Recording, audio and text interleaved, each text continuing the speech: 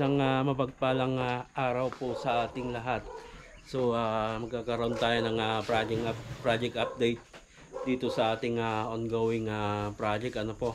So bago yan, papasilip muna natin mga idol itong ginawa nating group design ulit dito mga idol sa may main door.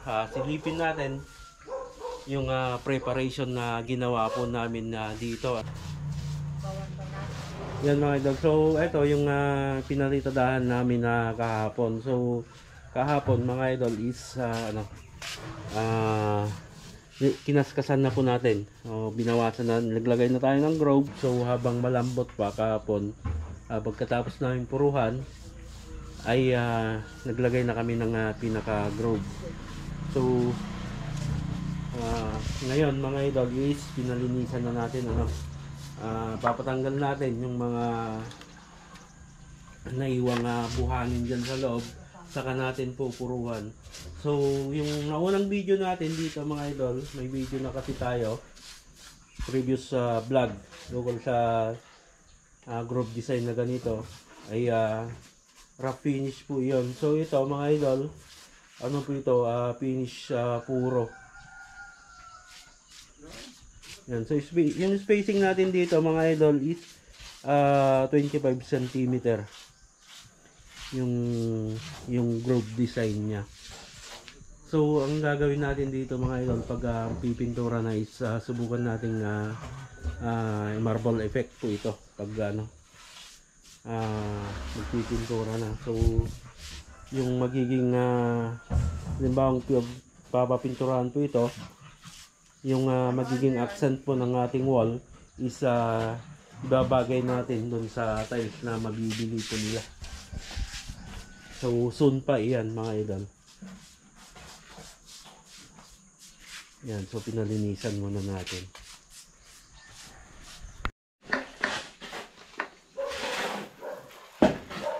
Oops, ano?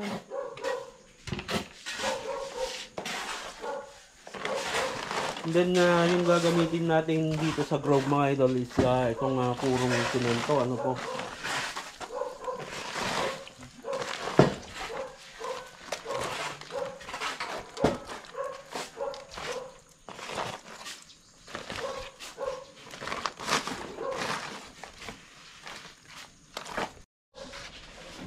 So ang ginawa namin dito muna mga idol is binasa namin to para mas kakapit yung ating semento na ipapahid. Ano po, bagkat matigas na po kasi ito.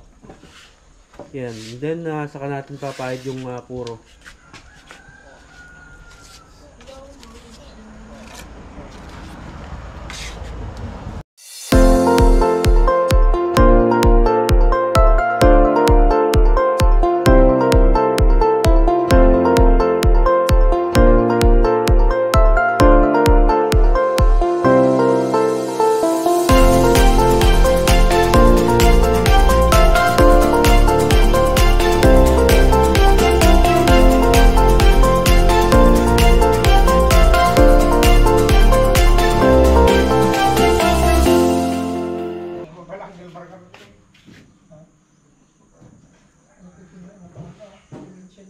Hindi martilyo.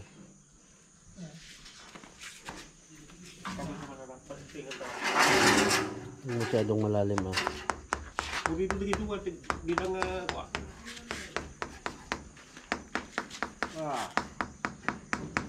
Okay, tama na.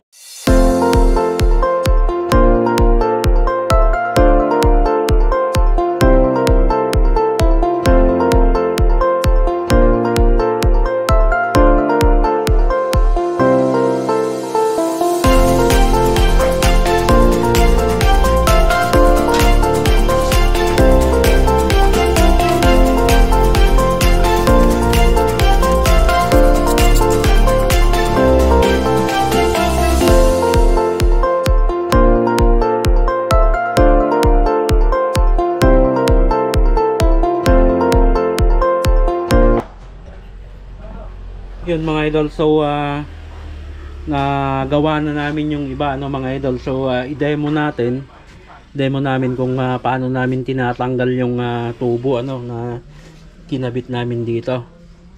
So hindi naman po 100% na pag ni-slide natin tong tubo okay na siya. So silipin nyo mga idol yung paraan namin kung paano namin inaayos itong groove niya, kung halimbawa pagtanggal namin itong tubo nagkabungi ano po. So ganito namin na to ginagawa ano. Video. Yan. So pagtatanggalin to mga idol, pa-slide lang po ano, pag ganyan. Yan. Slide lang natin. Yan.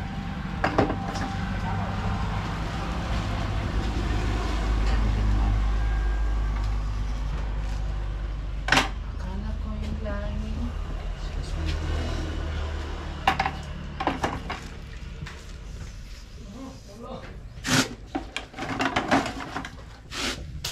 Yun mga idol, so katulad ng sinabi ko kanina, lapit mo. Hindi naman talaga 100% na pag tinanggal yung tubo, okay na itong groove. So yung paraan na ginagawa namin mga idol is pinapadaanan namin ulit ng ano. Pinapadaanan namin ng ganito, ng tubo. So itong tubo na ginagamit ko mga idol is binen ko siya ng konti. Papadaan ko lang po na ganyan. Para maayos yung kung halimbawang hindi na 100% yung pagka-slide niya, yung pagkaayos ng groove niya. So panganto lang mga idol, saka itong tubo na nakabend.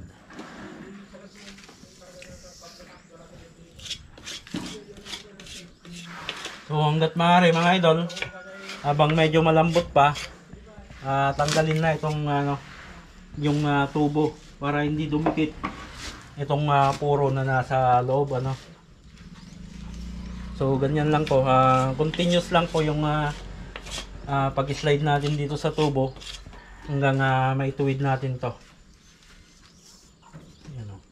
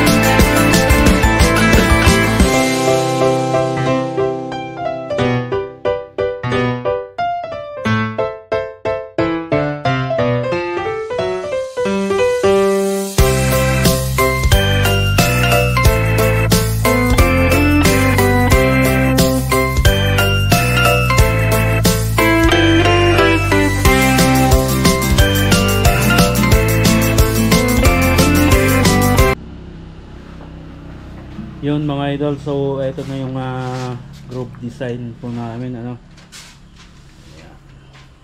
Dito lang po ito sa main door.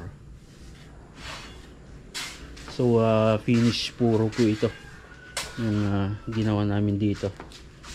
Pati sa wall finish puro po yan.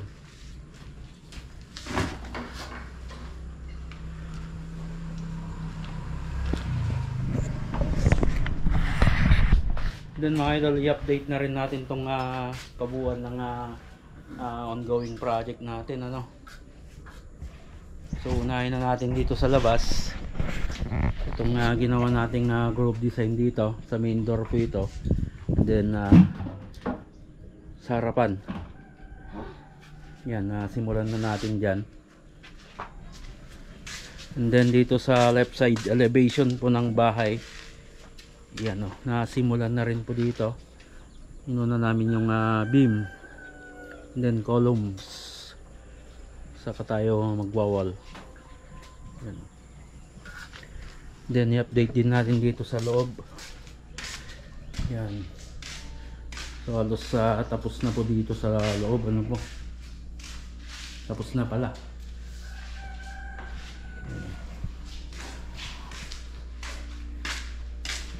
Then yung saan kami nagsimula dito sa room, yan, room 3, tapos na rin po ito. Kahit yung mga columns nya tapos na rin po. Yan.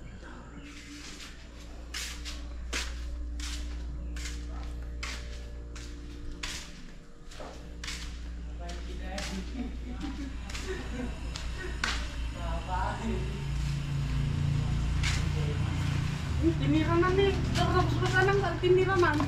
Yan. So brush finish po lahat. Kailang magkalagan ka dapat pala green. Yun mga idol, so yan yung naging update ng ating ongoing project. So pang day 5 na namin ngayon. Tapos na po sa loob at nagsisimula na kami dito sa labas. So hanggang dyan mga idol, lagi po tayong mag-ingat at God bless po sa ating lahat.